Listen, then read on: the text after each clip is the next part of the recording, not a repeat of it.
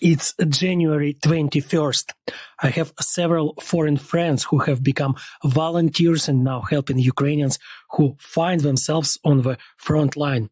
Foreigners carry food and medicines to the destroyed towns and villages, evacuate those who are ready to leave, rescue dogs and cats whose owners have died or are missing. In general, these foreign volunteers are one of the main friends of Ukraine today and one of the main enemies of Russia, which is literally hunting for each of them. But how did it happen?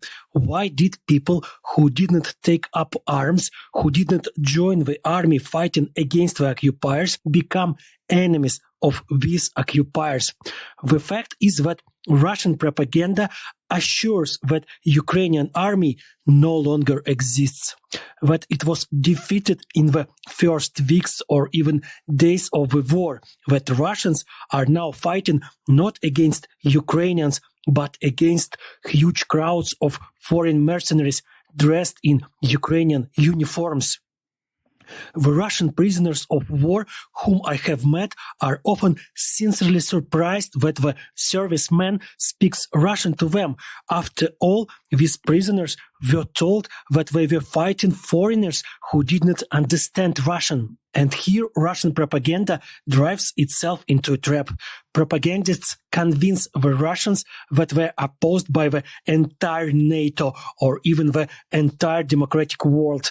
But when there are the captured or killed foreign mercenaries, there has to be some way to prove these words. So the Russians are chasing people with foreign IDs, rescuing old people and children in order to later declare them on TV as those same foreign mercenaries. This war has already acquired many legends, but the Russians have these legends somehow one-sided and in every possible way aimed at explaining the failure of their blitzkrieg by the participation of huge foreign armies in the war on the side of Ukraine.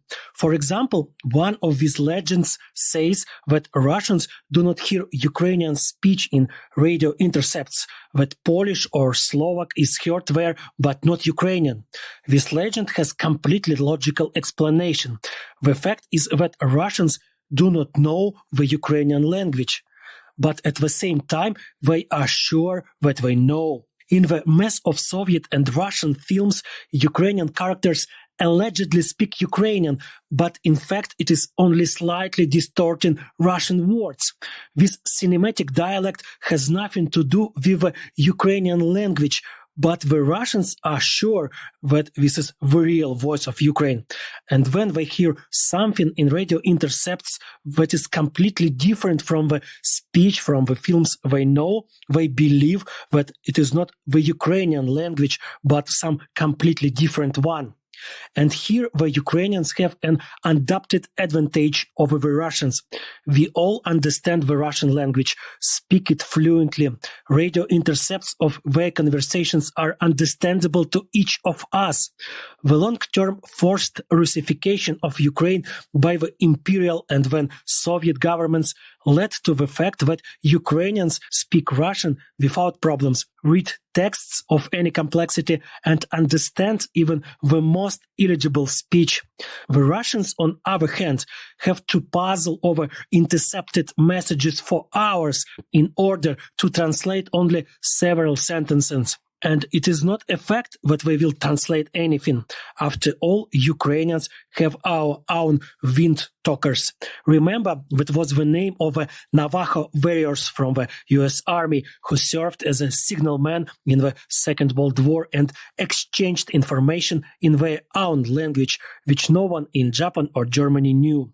On the western outskirts of Ukraine, its own special dialect has developed, in which Ukrainian words are abundantly mixed with Romanian, Hungarian, Slovak, German, which are also pronounced in such a way that even a person who knows all these languages will never understand this mixture. To be honest, where residents of neighboring villages cannot always understand each other, and now the speakers of these dialects serve in several brigades, passing messages from commanders to each other in their own specific language.